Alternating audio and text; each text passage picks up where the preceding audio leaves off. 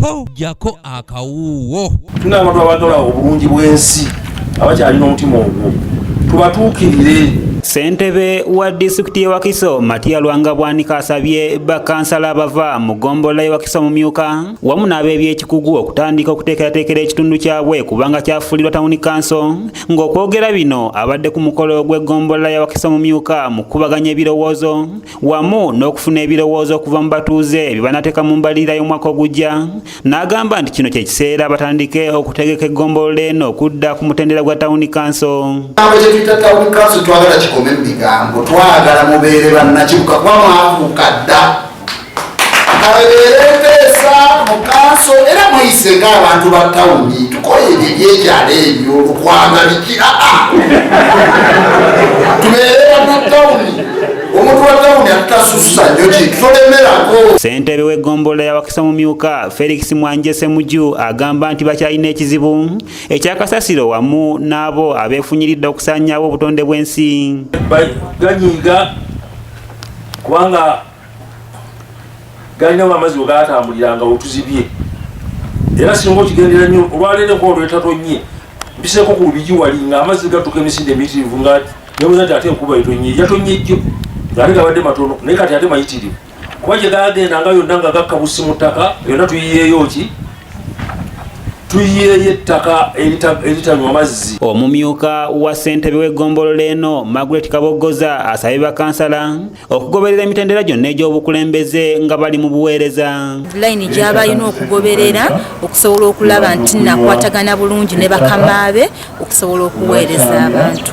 Mu butuufu ekyo kikyamu nnyo kubanga ebiseera ebisinga kati omuntu bw'ova kuyandibadde mukamaawo gwe n'oyagala ogenda onoonye ekirala kitegeeza ogenda kujjayo ŋŋambo ogenda kujjayo ntalo gundi ali bw'ati gundi ali bw'ati. Kansala akiikirira abantu b'ennakuwadde Kyanzi Ronald asabye ebiteeseddwako nti bafube okulaba nga babisa mu nkola. Teeka mu nkola oba waliyo okubitwalayo ne batabiteeka mu nkola naye ndowooza nga bwe tuliyo ng'ate tulina ne bachairman abatuufu abaalondebwa bachairman waffe Owerosi 5 Matiya Lwangabwanika mutuufu yalondebwa, tulina ne chairman Felix Ssemujju basajja bakozi kyenneekakasa mu eno budget conference ebirowoozo byaffe bye tututteyo bajja kubikola bulungi. Wabula abeetabye mu kubaganya ebirowoozo nga bakulembeddwamu ssentebe w'omuluka gw'ekyebando Robert Muwawu basabye okubakolera enguudo wamu n'amazzi amayonjo mu bitundu byabwe. Teno bagitereeze